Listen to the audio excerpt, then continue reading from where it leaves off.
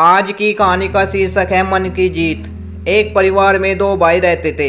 उनके पिताजी ने दोनों को एक ही व्यापार दे दिया था, जिससे वह दोनों अपना व्यापार अच्छे से चला सके और उन्हें कोई भी परेशानी न हो। दोनों भाई की शादी हो गई थी। दोनों भाई अपना व्यापार अच्छे से चला रहे थे। उनकी लाइफ अच्छे से गुजर रही थी। एक दिन एक बाबा उनकी दुकान पर आए थे। बाबा बाहर खड़े हुए भिक्षा मांग रहे थे। अभी अभी सुबह का वक्त हुआ था। दोनों भाई अपनी दुकान को खोलकर सफाई कर रहे थे। जब छोटे भाई ने देखा कि बाबा आए तो वह अपने बड़े भाई से कहने लगा कि सुबह सुबह यह बाबा यहाँ पर आ गए हैं और अभी तो हमारी बोनी भी नहीं हुई है। यह कुछ देर बाद भी तो आ सकते हैं। तभी बड़ा भाई बोला कि हो सकता है कि इन्हें बहुत ज़रूरत हो, इसलिए यह यहाँ आ गए हैं। हमें इन्हें कुछ दे देना चाहिए, यही हमारा कर्म है। लेकिन छोटे भाई ने कहा कि हमें ऐसा नहीं करना चाहिए। आप तो जानते ही हैं कि अगर हमारी बोनी नहीं होती है तो इससे हमारा दिन भी बेकार ही जाएगा। लेकिन बड़े भाई ने उन्हें कुछ नहीं दिया और वह आगे चले गए। इस बात पर छोटा भाई बहुत गुस्सा हो गया। उसने कुछ नहीं कहा था। दोनों भाई सफाई करके अपनी दुकान पर बैठ गए थे। उस दिन ऐसा हुआ था कि एक भी ग्राहक नहीं आया था और पूरा दिन ऐसे ही चला गया था। जब शाम हुई तो छोटे भाई ने कहा कि आज आपकी एक गलती से हमारा बहुत नुकसान हो गया है। आज कोई भी नहीं आया है और हमें खाली हाथ ही घर जाना होगा। इस पर बड़े भाई ने कहा कि अगर आज ऐसा ही होना था तो ऐसा ही हुआ है। इसमें किसी की भी कोई गलती नहीं है। अगर हम ऐसा ना करते तो हमारे दरवाजे पर आया कोई भी आदमी खाली हाथ ही जाता, जबकि ऐसा नहीं करना चाहिए। लेकिन छोटा भाई तो अपने मन में यह बात समझ चुका था कि गलती भाई की ही है और इसी कारण ऐसा हुआ है। दोनों भाई घर पहुंच चुके थे। आज छोटे का मन किसी भी बात में नहीं लग रहा था। आज उसने खाना भी नहीं खाया था क्योंकि वह सारी गलती भाई की ही मान रहा था। अब छोटा भाई सोच रहा था कि मुझे कुछ ऐसा करना चाहिए जिससे कि मेरा व्यापार अच्छे से चले। अगर मैं भाई के साथ रहता हूँ तो वैसा हर रोज़ होगा। इसलिए आज उसने फैसला लिया था कि मेरा व्यापार अलग होना चाहिए। जब सुबह हुई तो छोटे भाई ने अपने पिताजी से इस बारे में बात की, लेकिन वह मानने को तैयार नहीं थे। जब बड़े को यह बात पता चली तो उन्हें भी बहुत दुख हुआ क्योंकि वह एक साथ में काम करना चाहते थे। लेकिन लगता है कि ऐसा अब नहीं होने वाला है। छोटा भाई अब किसी की बात नहीं सुन रहा था। वह तो अपना व्यापार अलग करने में ही राजी था। कुछ देर बाद फैसला हो गया था और छोटे का व्यापार अलग हो गया था।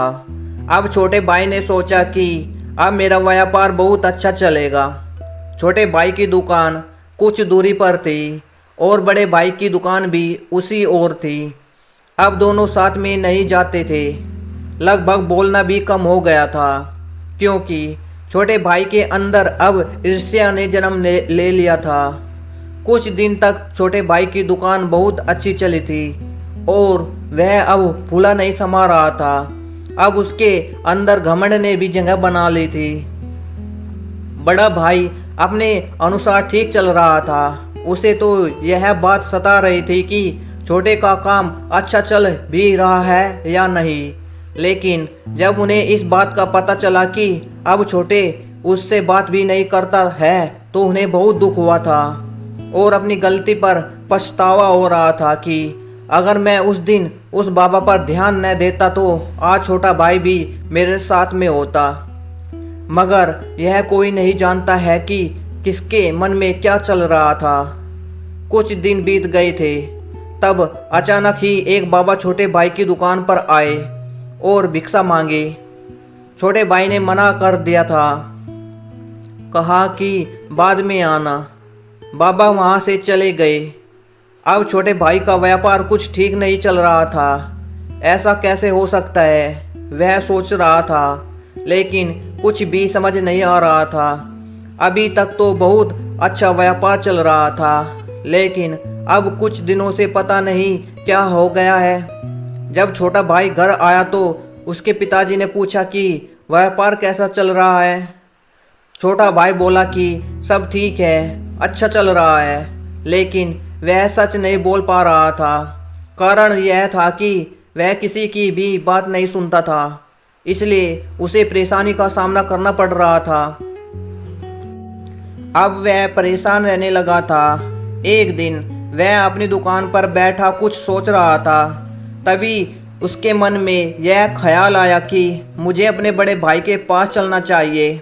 मैं अपने घमंड में उनसे बात करना भी भूल चुका हूँ। मेरी वजह से सभी लोग परेशान हैं। यह मेरी ही गलती है जिससे सभी दुखी हैं। यह सोचता हुआ वह अपने बड़े भाई के पास गया और बोला कि मुझे माफ़ कर दो, मुझे ऐसा नहीं करना चाहिए था। बड़े भाई ने कहा कि कुछ भी कहने की ज़रूरत नहीं है। अगर मन में पछतावा आ जाता है तो हमारे अंदर से सभी गलत धारणाएं अपने आप ही निकल जाती है। इस तरह दोनों भाई फिर से एक होकर काम करने लग गए। यह बात सही है कि हम जब एक साथ मिलकर कोई काम करते हैं तो हम उस काम को बहुत आगे ले जा सकते हैं, और अलग होते ही हमारी ताकत भी बढ़ जाती है। इसलिए एक साथ मिलकर काम करें और एक साथ मिलकर रहे, तभी हमें अच्छी खुशियाँ मिलती है। दोस्तों, यदि यह कहानी आपको अच्छी लगे तो प्लीज़ चैनल को सब्सक्राइब और लाइक कर दीजिए। धन्यवाद।